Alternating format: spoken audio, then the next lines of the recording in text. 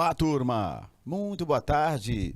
Estamos começando pelas ondas do canal Educação, mais uma aula de Geografia. Eu sou Marcelo Lima e é um prazer estar aqui pertinho de vocês, pelas ondas do maior canal de ensino à distância do mundo. E no nosso episódio de hoje, nós vamos tratar sobre a nova ordem mundial e o mundo bipolar. Olha só, a nova ordem mundial e o mundo bipolar. E no nosso episódio vamos abordar justamente essa nova ordem e o mundo bipolar. Quando se trata de mundo bipolar, é porque na realidade nós vamos ter dois polos de poder. No caso, os Estados Unidos da América e a ex-União das Repúblicas Socialistas Soviéticas. A União Soviética.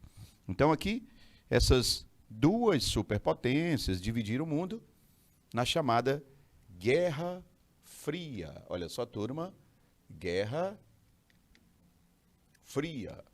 Bom, o mundo bipolar. Com o fim da Segunda Guerra Mundial, em 1945, os principais países envolvidos no conflito, França, Reino Unido, Itália e Alemanha, e Japão, se encontravam em péssima situação socioeconômica. O cenário de destruição nessas nações era enorme. A infraestrutura estava totalmente abalada, além da grande perda populacional. Aqui eu tenho as bandeiras e as que representam, no caso aqui, os Estados Unidos da América, e deste outro lado, turma, a ex-União das Repúblicas Socialistas Soviéticas. Bom, mas para nós entrarmos diretamente na Guerra Fria, nós vamos observar como ela surgiu. Então eu vou colocar para vocês aqui o surgimento da Guerra Fria. Olha só, o surgimento da Guerra Fria, ele vai acontecer principalmente a partir de 1947, quando nós temos a declaração do Harry Truman, quando o governo americano, governo dos Estados Unidos, reconhecem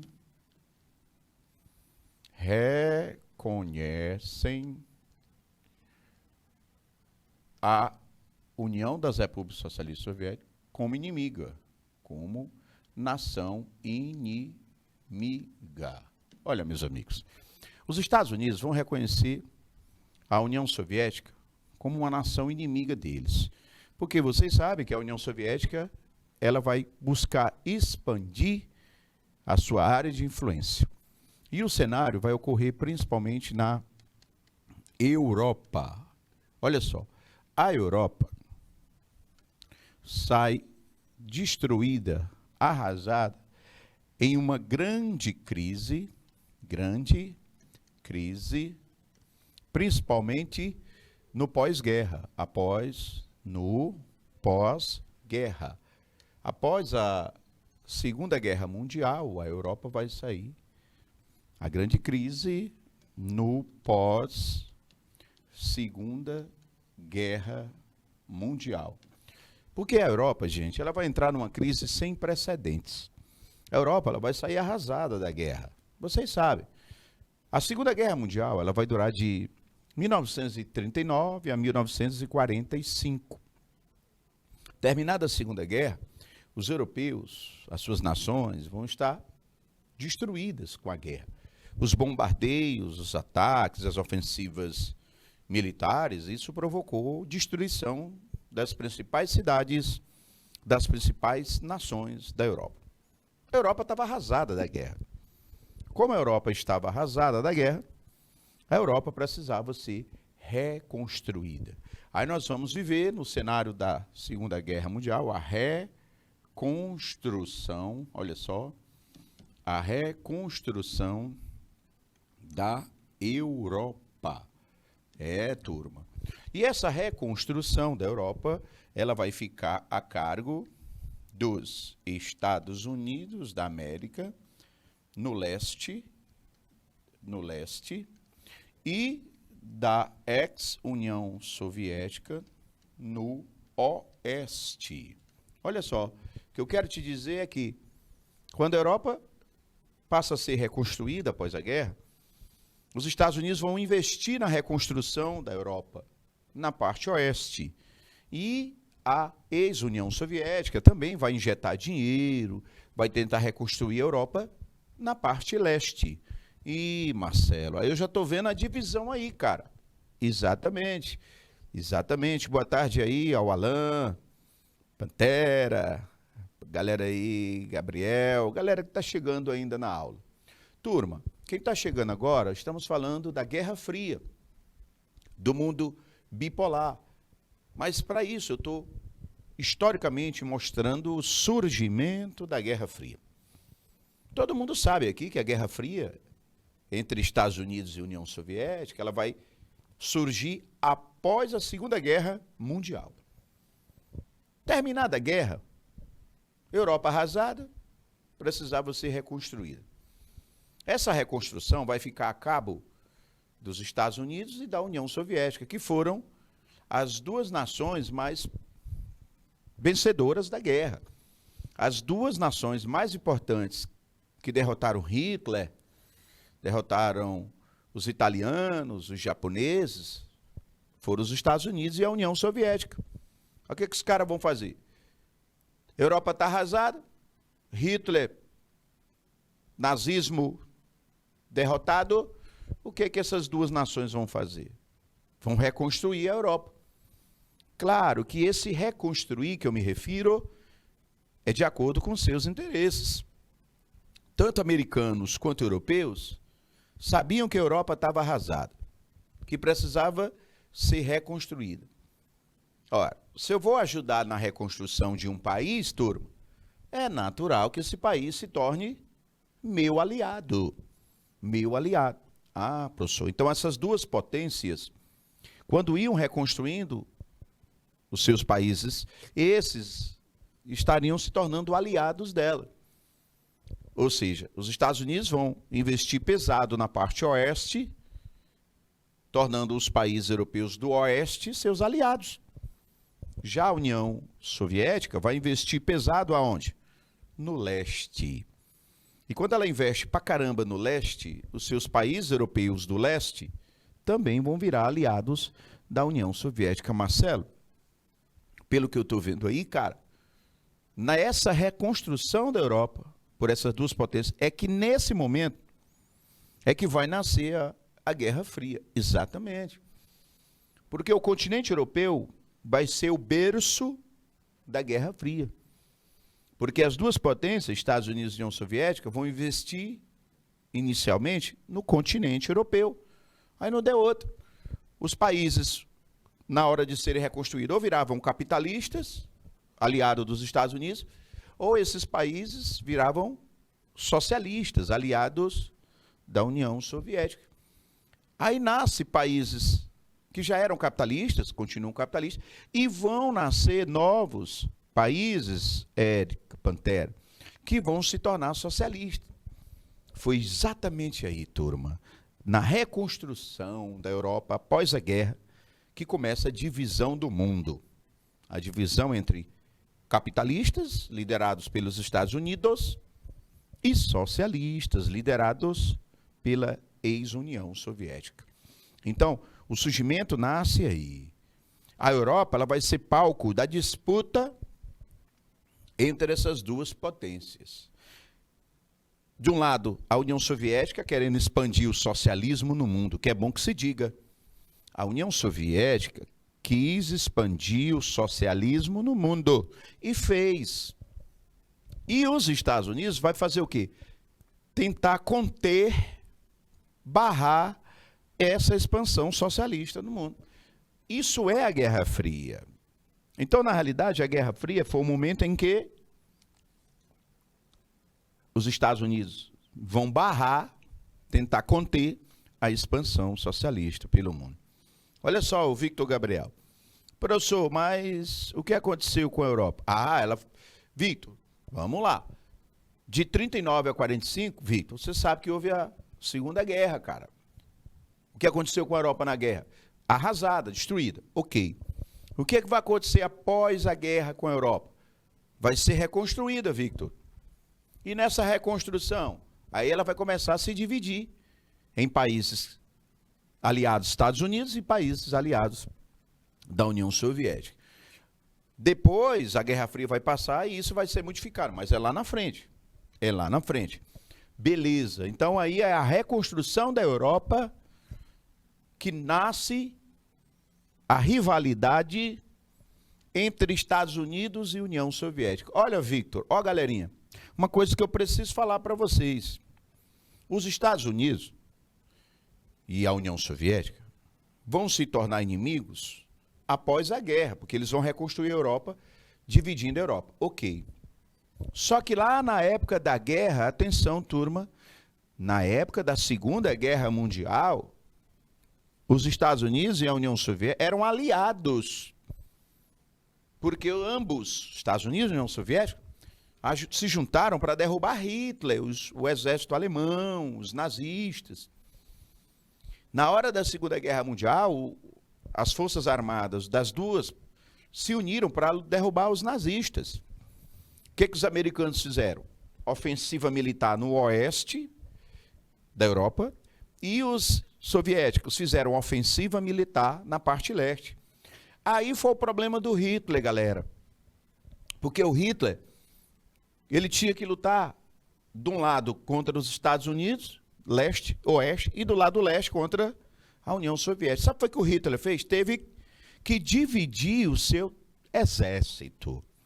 Olha, gente, na época, durante um bom tempo, galera, se falava que o exército alemão era invencível. Qual era a maneira de derrotá-lo? Dividindo. E ele teve que ser dividido, porque do oeste vinham os Estados Unidos e da parte leste vinham os soviéticos. Aí o exército alemão vai começar a perder batalhas, como a de Stalingrado, vai perder batalha como a tentativa de ocupar território russo, da União Soviética. Aí ele vai começar a perder batalha como da Normandia, que é uma praia ali no litoral norte da França. Lembra lá do filme Resgate do Soldado Ryan? É o dia D. Dia D. Aí houve aquele bombardeio na praia e depois a ocupação dos fuzileiros navais. E aí eles formaram as cabeças de ponte, ou seja, bases militares em pleno território inimigo. Aí houve a retomada da França. Aí o Hitler vai começar a perder território. Vai perder a Polônia, que ele tinha invadido, vai perder a França. Ó, gente, o Hitler invadiu a França, ocupou Paris. Paris foi toda dominada pelos nazistas. Isso aí, Varsóvia, na Polônia também. Só que aí o Hitler vai começar a perder território na parte oeste e território na parte leste. E o exército dividido, soviético de um lado, americano do outro, bombardeio. Os italianos logo se rendem. Os japoneses ainda vão resistir, mas aí vão sofrer as bombas de Hiroshima e Nagasaki, lá em 45. 6 e 9 de 45, né? As bombas de Hiroshima e Nagasaki. E aí os inimigos vão sendo enfraquecidos. Sim, enfraquecidos. Foi nesse cenário que a Europa foi sendo destruída. Destruída. Bacana. A ONU, tipo, que substituiu a antiga Liga das Nações. Olha a Érica falando aí de história, show.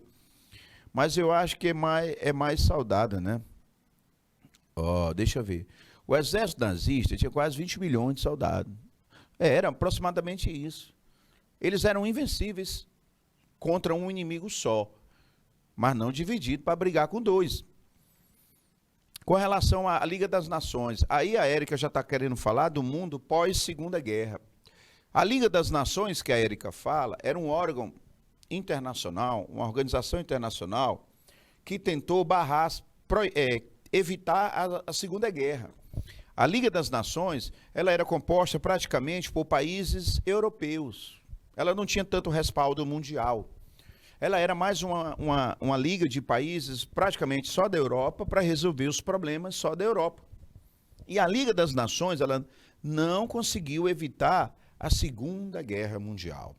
Aí, terminada a guerra, aí em 45, Érica, os países juntos resolvem criar a Organização das Nações Unidas, a ONU. A sede em Nova York, né? A gente fala Secretaria-Geral da ONU em Nova York e tal. Exatamente. A ONU vem para substituir o que era a Liga das Nações, que não tinha tanto respaldo.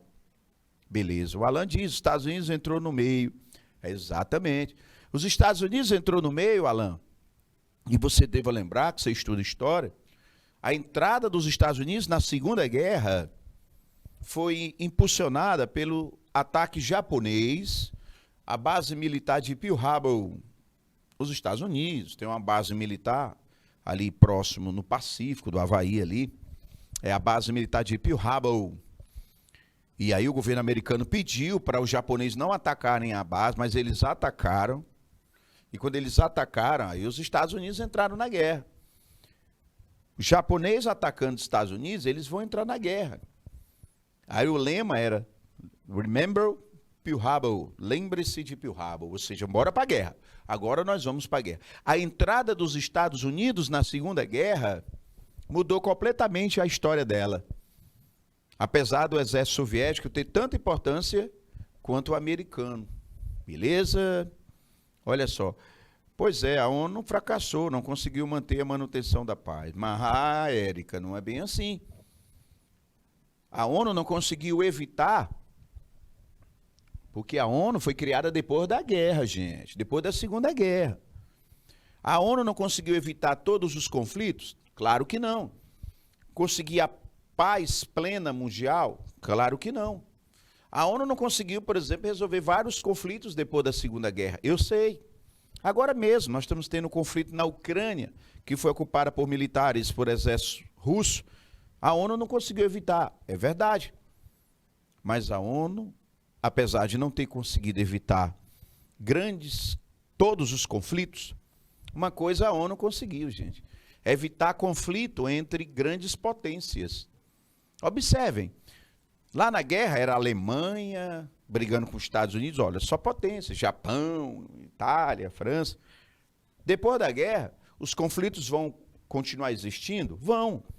Mas principalmente entre países pequenos, ou potências com pequenos.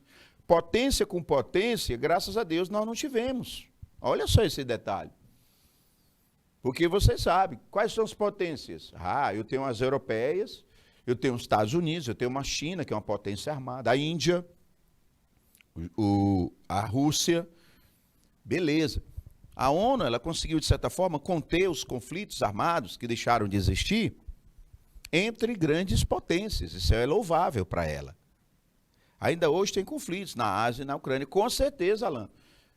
O bicho pega na África, na Ásia, com certeza, você está certo. Mas esses conflitos, eles têm uma escala local. Agora, tu imagina, se China e Estados Unidos hoje, ou Rússia e Estados Unidos hoje, resolvem brigar. Índia e China resolvem brigar. Aí já era. Aí nós vamos ter a Terceira Guerra Mundial. Aí vai ser E graças a Deus, os acordos internacionais, as regras de guerra internacionais, o respeito mútuo, isso ajuda muito, né? Isso aí é um ponto positivo. A Rússia e China, Estados Unidos e Índia. Aí seria um conflito massa, hein? Aí seria uma semifinal da Copa, gerando aí uma final do mundo. Aí seria uma semifinal, viu, Alan? Bacana. Os chineses não gostam muito dos indianos. Não. É histórico o conflito entre eles, assim como contra os japoneses. Exatamente. Olha aí a Érica. A Rússia obedece a algumas restrições da ONU. Ou o problema é só estar na OTAN? As duas coisas. A Rússia não obedece plenamente à ONU, como o próprio Estados Unidos também não, você sabe disso. A ONU, por exemplo, em 2003, galera, ela foi contra a invasão do Iraque, mas os Estados Unidos foram, sem autorização da ONU. Agora, por exemplo, o que o Vladimir Putin está fazendo é crime de guerra, e a ONU proíbe. Foi contra a ocupação da Ucrânia. Os caras estão nem aí. Então, desobedecem, sim, isso ocorre, isso é verdade, né? Alguns anos atrás, mais de 300 soldados entre chineses e indianos entraram no mão a mão. Ó, a questão da China e da Índia, eu vou te falar, Alan. Entre a China e a Índia, nós temos uma região chamada de Caxemira. É, na linguagem indiana, terra seca. É como se fosse... Ó, a Caxemira é como se fosse o sertão do Nordeste, olha só. E os caras brigam por território da Caxemira. E aí o Paquistão, que fica ali também, conflito entre os três. É uma área que mora chinês, mora paquistanês e mora indiano. E aí é um conflito danado por conta daquela terra. Porque lá nascem rios, apesar de ser seco, que vão para outras regiões. Então os conflitos ainda hoje existem. Separado pelas montanhas. Muito bem, perfeito, perfeito. Aula maravilhosa, gente. Vocês estão aí ligados na geopolítica, na história. Estou adorando ver a participação de vocês. Perfeito. Vamos lá, galera. Olha só. Após o conflito, a União das Repúblicas Socialistas Soviéticas... Atenção, galera. Olha a leitura aqui, ó. Anexou vários territórios, aperfeiçoou o desenvolvimento de armas nucleares, ampliou sua área de influência no leste europeu, além de possuir o maior exército do planeta, em quantidade de... Isso na época, tá, galera? Isso na época. Olha o que eu quero te dizer. Que a União Soviética, terminada a guerra, a União Soviética invadiu territórios vizinhos, ali na região da Lituânia, da Estônia, do Uzbequistão, da Geórgia, da Anseta. Eles saíram ocupando vários territórios vizinhos. Estou falando da União Soviética, tornando um país gigante. Desde a época dos czares, que eles vinham expandindo, né? Os soviéticos. Ok. Aí a União Soviética se tornou um país gigante, saiu ocupando território e se armou. Olha, gente, o exército soviético que lutou contra Hitler, que ajudou a vencer Hitler, após a Segunda Guerra, o exército soviético vai se armar, vai se potencializar mais ainda, se tornando aí, quando a gente fala o maior exército do planeta, em número de soldados, na época. Gente, estou falando da época, tá? Na época, após a guerra, a União Soviética expande território e vai passar a conquistar armamentos. E os Estados Unidos, galera, vão se preocupar. Epa! Na hora que os Estados Unidos observam a União Soviética se armando, conquistando o território, os Estados Unidos, epa! Aí não vai ficar por, eles não vão querer parar por aí, não. Eles vão querer ganhar o mundo. Aí foi onde acendeu a luz amarela lá, a preocupação nos Estados Unidos. A primeira coisa que os caras vão dizer, ó, rapaz, aí tá errado. Eles vão vir para cima. Eles estão indo com tudo. São amadores não, estão de brincadeira não. Os soviéticos vão vir para a Europa. Vamos ter que se preocupar com isso. Foi justamente essa preocupação que nasce o cenário da Guerra Fria. Porque os Estados Unidos, gente, vão se preocupar muito. E onde foi o centro do centro da Guerra Fria? Olha, gente, o centro da Guerra Fria foi ela, a Alemanha. Alemanha. Olha, gente, a Alemanha é um país continental, ele não tem saída para o mar, fica ali dentro do continente europeu. A Alemanha, gente, é o centro da Europa, tanto geográfico como econômico. Hoje, a Alemanha já é a nação mais rica da Europa. A Alemanha é a potência número 1 da Europa. A Alemanha, galera, de Hitler, era industrializada, economia rica. A Alemanha se envolveu em muito conflito ao longo de sua história. Quanto os franceses, vocês estudam isso na história, foi um negócio muito difícil. Mas a Alemanha, ela era potência. Só que a Alemanha, deixa eu fazer aqui grosseiramente desenhando, né? Aqui a Alemanha, quando ela perde a guerra, meu parceiro, se você perdeu a guerra, você vai ter que se sujeitar, cara, ao que vai acontecer.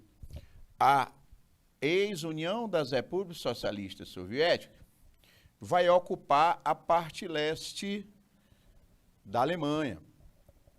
A França, o Reino Unido e os Estados Unidos, que eram aliados, vão ocupar a parte oeste da Alemanha. Olha aí, galera, aqui é a Alemanha. Ó. Aqui é a Alemanha. Olha o mapa aí dela. Os caras ocuparam a Alemanha.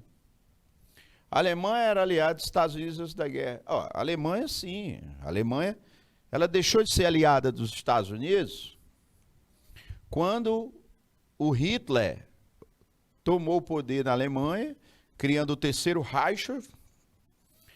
E o Hitler criou um partido, gente, chamado Nazi. Nazi. É por isso que fala que quem era do Nazi era nazista. Ah, entendi. Nazi, quem era? Nazista.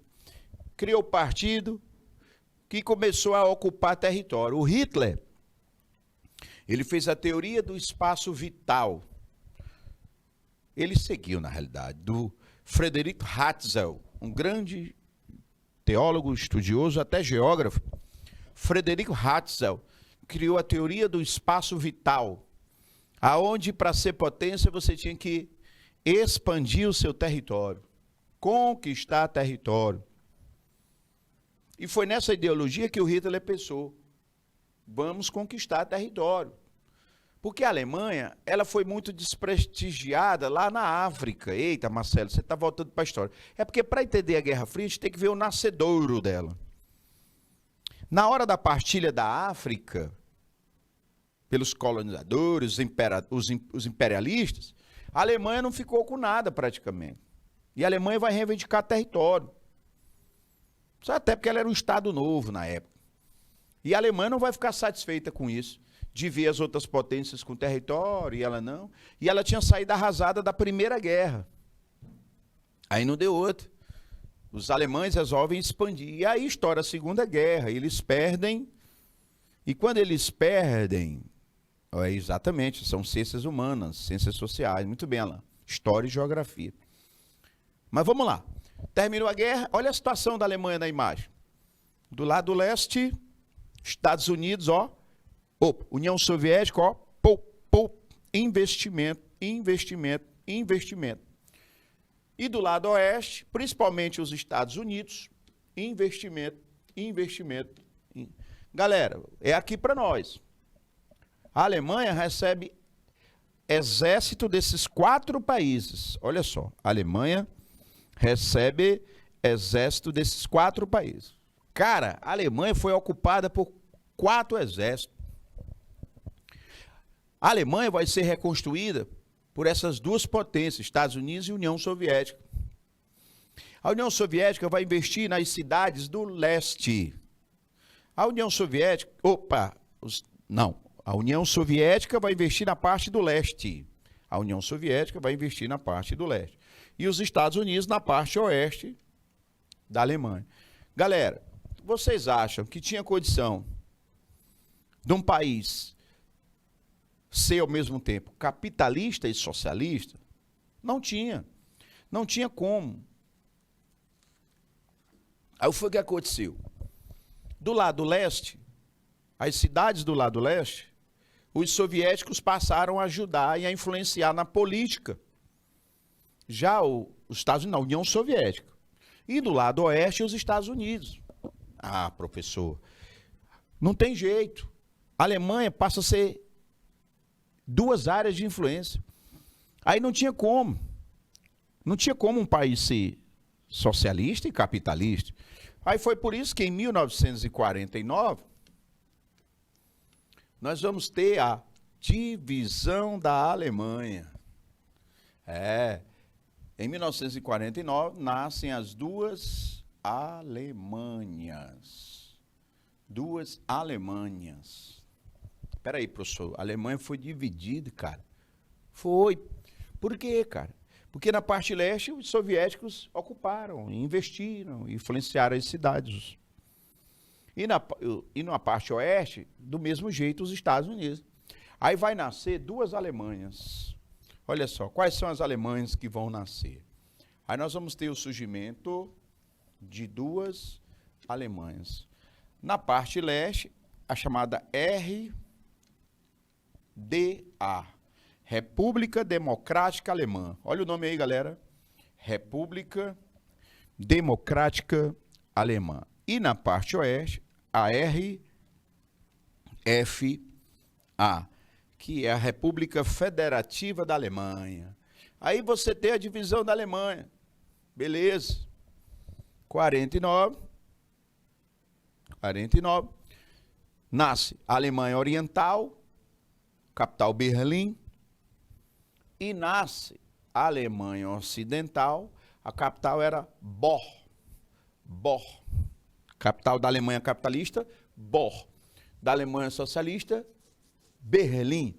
Aí agora eu quero que vocês tenham bem atenção. Aqui onde eu vou colocar, gente, olha isso aqui, ó. Vamos supor que aqui seja a cidade de Berlim. Olha aí Berlim. Berlim, uma coisa interessante. Ela era dividida em duas partes. Berlim era dividida em duas partes. Uma parte era a capital da Alemanha socialista. E uma outra parte de Berlim era uma cidade da capitalista. Ei, confusão danada. Peraí. Tá vendo Berlim aí? Tô. Olha Berlim aí, galera. Berlim, uma parte dela era a capital da Alemanha socialista. E uma outra parte de Berlim era cidade capitalista. Ô, confusão danada, gente. Dentro de Berlim, a cidade era dividida. A parte leste, capital do mundo socialista, da Alemanha socialista, e da parte oeste era apenas uma cidade capitalista. Aí o que aconteceu? Os Estados Unidos começaram a injetar dinheiro na parte oeste de Berlim, que era capitalista. E a União Soviética na parte leste. Tenta imaginar Teresina, uma parte de Teresina seja a capital do Piauí, e uma outra parte de Teresina seria uma cidade cearense. Olha a confusão, gente. Olha a confusão. Um pedaço de Berlim era capital da Alemanha socialista, e a outra banda de Berlim era uma cidade capitalista, lá do mundo capitalista. Engraçado que ela ficava toda dentro do lado leste. Mas uma banda era capital, outra banda pertencia à Alemanha capitalista, à Alemanha federativa. Aí o que aconteceu na cidade de Berlim? As duas potências injetavam dinheiro na cidade de Berlim. Só que os Estados Unidos investiu mais no lado oeste da cidade. Cara, os Estados Unidos jogou fábrica, estrutura, no lado oeste da cidade, que era um pedaço capitalista ali dentro. E a parte leste não se desenvolveu tanto. Não se desenvolveu tanto. O lado socialista de Berlim não se desenvolveu tanto. Aí, gente, o que os moradores faziam? Iam para o lado capitalista. Trabalhar no lado capitalista. Ah, meus amigos, os soviéticos não aceitaram isso. Por que vocês estão migrando para o lado capitalista da cidade? Porque lá tem mais emprego. Lá do lado capitalista tem mais emprego. Aí os moradores de Berlim do lado leste, socialista, migravam para o lado oeste, capitalista. Aí os soviéticos não aceitaram isso e barraram a migração. Só, está proibido, não pode ir mais. Ah, mas nós vamos, clandestinamente. Aí foi o que os Estados Unidos fez? Construiu o Muro de Berlim. Estados Unidos não, rapaz, a União Soviética, com seus aliados socialistas, construíram o Muro de Berlim.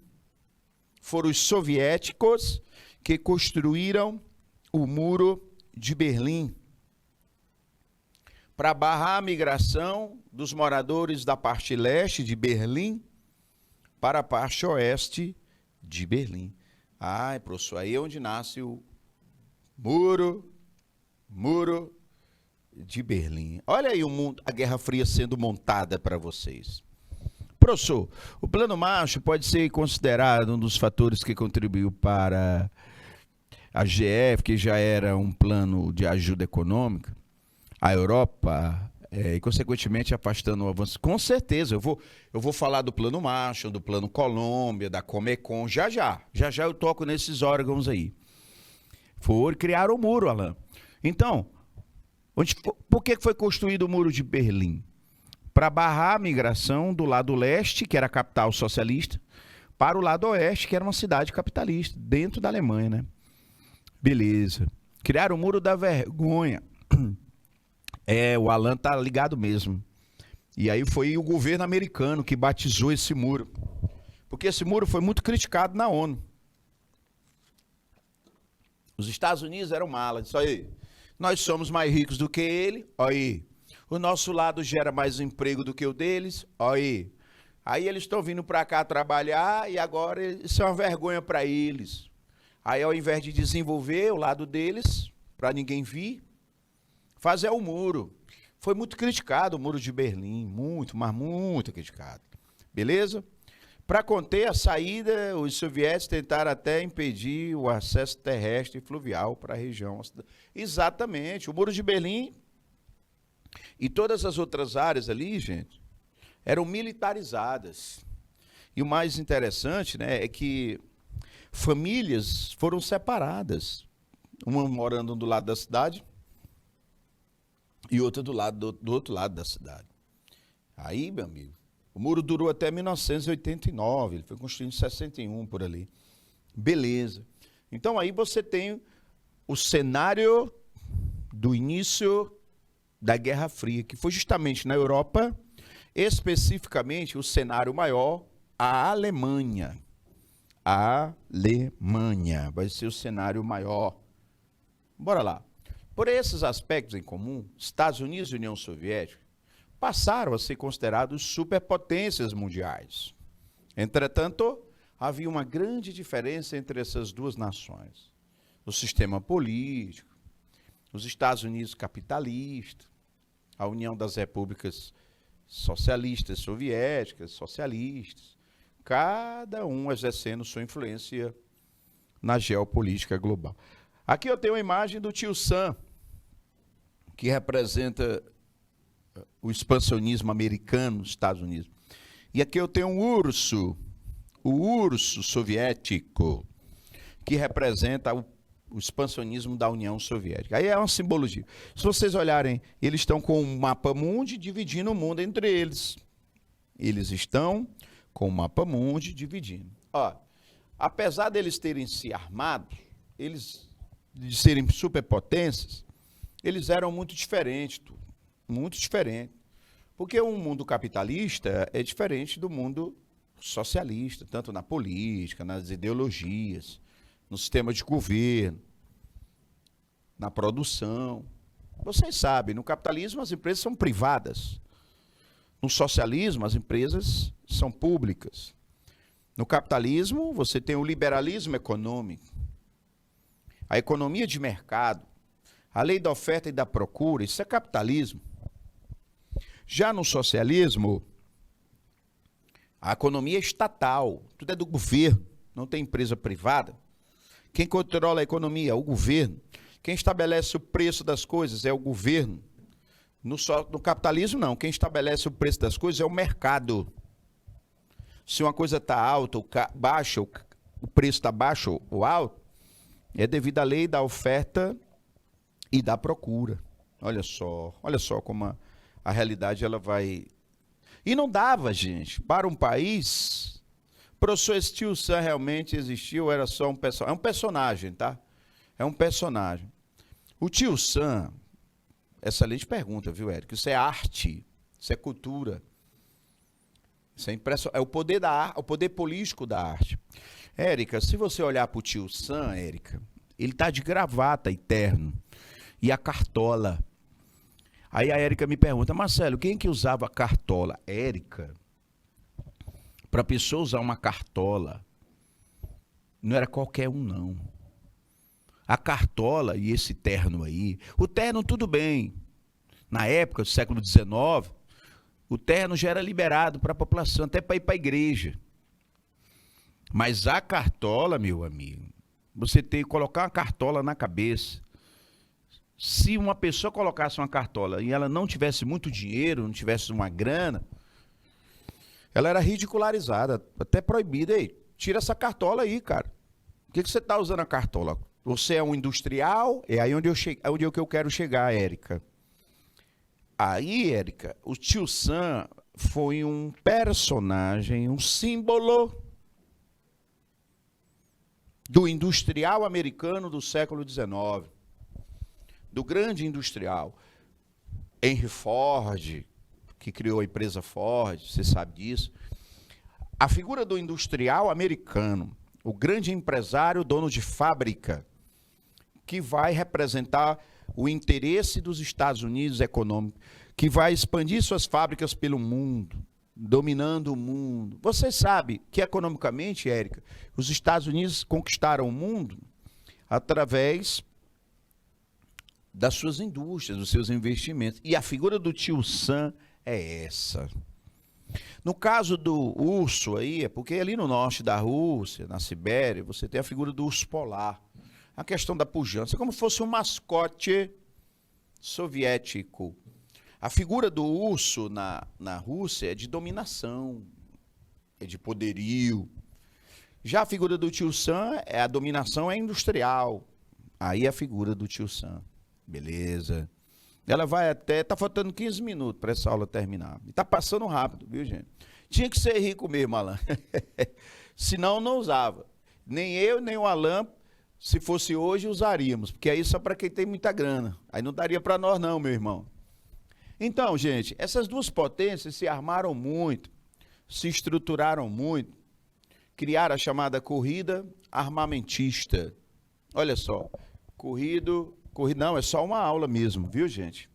Ó, agora eu vou estruturar aqui a chamada Guerra Fria. Olha só isso aqui, gente. Preste atenção. Os Estados Unidos e a União das Repúblicas Socialistas Soviéticas. Vamos lá.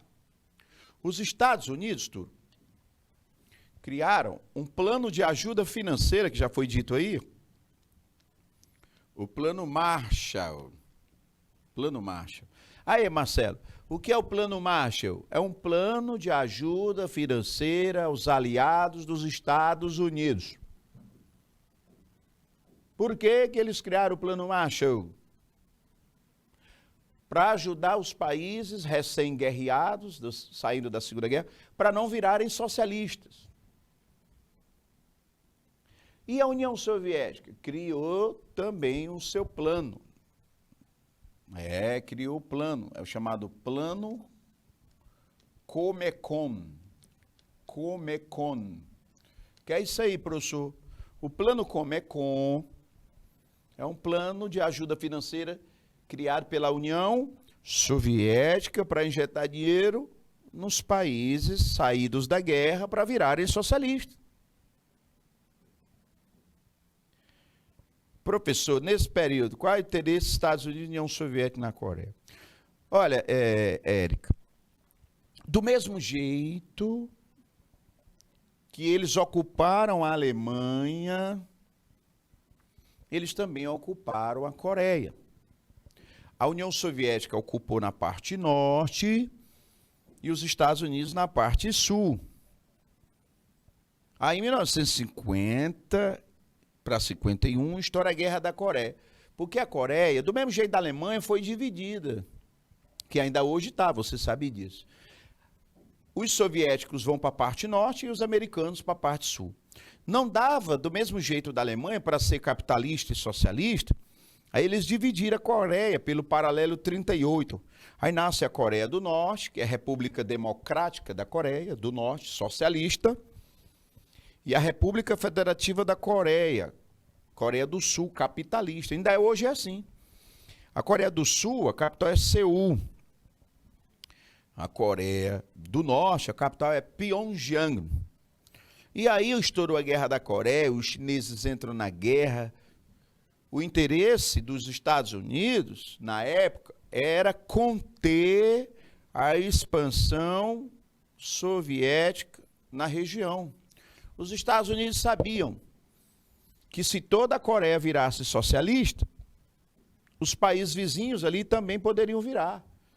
Estados Unidos, meu amigo, se eles ocuparem toda a Coreia, virar socialista toda, os vizinhos ali vão virar socialistas. É o que os Estados Unidos chamavam de efeito dominó. Efeito dominó. Só, não adianta. Se o soviético conquistar um, ele vai conquistar os vizinhos e assim vai embora. Entendeu? Eu estava fazendo as questões sobre isso nessa semana, mas fiquei com a dúvida em relação à importância do Rio Negro para a Rússia na Primeira Guerra. Aí, ofensiva. A questão do abastecimento de água, navegação e transporte. Aí eu venho com a criação da OTAN, que é a Organização do Tratado do Atlântico Norte. Os Estados Unidos criam um órgão militar composto por seus aliados capitalistas, a OTAN. A OTAN é um exército composto por todos os exércitos de países capitalistas aliados dos Estados Unidos. Qual era o objetivo da OTAN? Os Estados Unidos pensaram, rapaz, foi o seguinte, olha a ideia dos Estados Unidos. Se eu deixar os países desarmados, sem proteção militar, sozinhos, a qualquer hora eles podem ser invadidos pela União Soviética. Mas se eu criar a OTAN, todo mundo vai se unir. E a lei é, qualquer país da OTAN que for invadido, é como se tivesse invadido a todo. Todo mundo tem que proteger. É por isso que hoje a Rússia tem raiva da OTAN e não quer que a Ucrânia entre na OTAN. Porque a partir do momento que ela entrar na OTAN, isso já não vai mais acontecer, porque ela foi invadida, a não sei que tudo mude, não dava mais. E os soviéticos criaram o chamado Pacto de Varsóvia. O Pacto de Varsóvia é um pacto militar composto por aliados socialistas da ex-União Soviética na época. E a partir daí nós tivemos. É aí onde a coisa passa para o campo militar. Vocês viram que ela estava no campo político, essa guerra, no campo econômico, agora ela vai entrar no campo militar. Porque agora, gente, nós vamos observar dois grandes exércitos, a OTAN e o Pacto de Varsóvia, que na realidade é uma grande aliança militar. O mundo vai assistir o surgimento de dois grandes exércitos armados. E não vai ficar por aí. Quando eles se armam, eles vão continuar se armando. Aí um lança uma nova arma, outro lança uma nova arma. É a chamada corrida armamentista. Corrida armamentista. Olha aí, ó. Através da propagação de ideias mercantilistas, o crescimento do comércio e das condições para o surgimento do mundo de produção capitalista, as riquezas acumuladas assumiram uma forma de capital industrial, a terceira fase, o capitalismo monopolista do século XX. Ó, aqui eu estou mostrando a ideologia dos Estados Unidos de expansão do capitalismo, que era totalmente diferente da expansão do socialismo. O socialismo é de economia estatal. O socialismo é de economia planificada. O socialismo não vai ter o livre mercado. Já no capitalismo vai ter chamado livre mercado. Olha só, os Estados Unidos, através de financiamento e outras medidas políticas, até mesmo o fornecimento de armas, passaram a exercer grande influência sobre os países que optaram pelo sistema econômico capitalista. A União Soviética utilizou-se dos mesmos critérios para expandir sua área de influência. Estabeleceu-se a geopolítica bipolar, interferindo diretamente na política de vários países. Aqui é o que eles fizeram. Se armaram, injetaram dinheiro, influenciaram na política, dividiram os países que podiam e instalaram a Guerra Fria. Eu me lembro de uma frase que define a Guerra Fria: paz impossível, guerra improvável. Por que a paz era impossível? Porque são dois modelos extremamente opostos. Como eu te falei, não dá para a economia ser capitalista e socialista. Não dá para o país ser aliado de um e do outro ao mesmo tempo. Não dava. Consequentemente, a paz era impossível. Até porque eles se armaram muito. Buscaram dois grandes exércitos, a OTAN e o Pacto de Varsóvia. Ok. Não dava para ter paz, gente. Eles eram inimigos. Dividiram o mundo, se armaram, eram totalmente diferentes. Beleza. Mas a guerra era improvável, tão tal que não estourou a grande guerra entre eles. Por que a guerra era improvável? Porque se eles guerreassem, turma, não haveria nem vencedores e nem vencidos. Olha só, porque eles sozinhos, cada um deles, tinham o poder de destruir a terra dezenas de vezes, ainda hoje tem. Eles sabiam que se guerreassem um com o outro, o mundo ia ser destruído.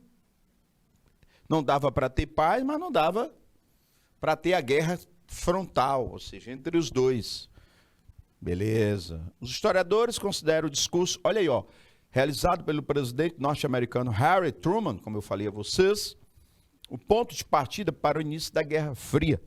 Nesse discurso, realizado em 1947, Harry Truman pedia o aumento da liberação de verbas para que os Estados Unidos barrassem um avanço do socialismo no mundo. Ou seja, o Harry Truman, presidente dos Estados Unidos, pediu dinheiro ao Congresso para injetar, através do Plano Marshall, nos seus aliados. Os Estados Unidos aí declaram, ó, temos que injetar dinheiro, senão vão virar socialistas. Aí é a Guerra Fria declarada, pela primeira vez. Beleza. Ao longo da duração da Guerra Fria, de 47 a 91, algumas nações puderam ser observadas como uma corrida armamentista, que eu já falei aqui, pois a disputa entre americanos e soviéticos fazia com que o clima de guerra entre os dois lados existisse. Isso levou as nações a investirem maciçamente em armas, desenvolvimento de armas. Exatamente. Os caras se armaram, gente. Criaram a verdadeira corrida armamentista. Tem outra frase que diz que a Guerra Fria nunca acabou. Ela só se camuflou. Na realidade, ela se cristalizou. Ela está cristalizada. Ela está offline. Offline. Lembra da declaração do Vladimir Putin? Agora na guerra da Ucrânia? Porque eles têm os mísseis nucleares. E aí a galera disse, olha, os mísseis, os operadores dos nossos mísseis nucleares não estão mais offline. Ou seja, estão online, conectados, a qualquer hora. Mas é meio difícil essa guerra estourar, porque não vai ter nem vencedores e nem vencidos, porque o conflito é um conflito ideológico, militar. Então tal que quando dá em 91, a União Soviética deixa de existir, vocês sabem disso.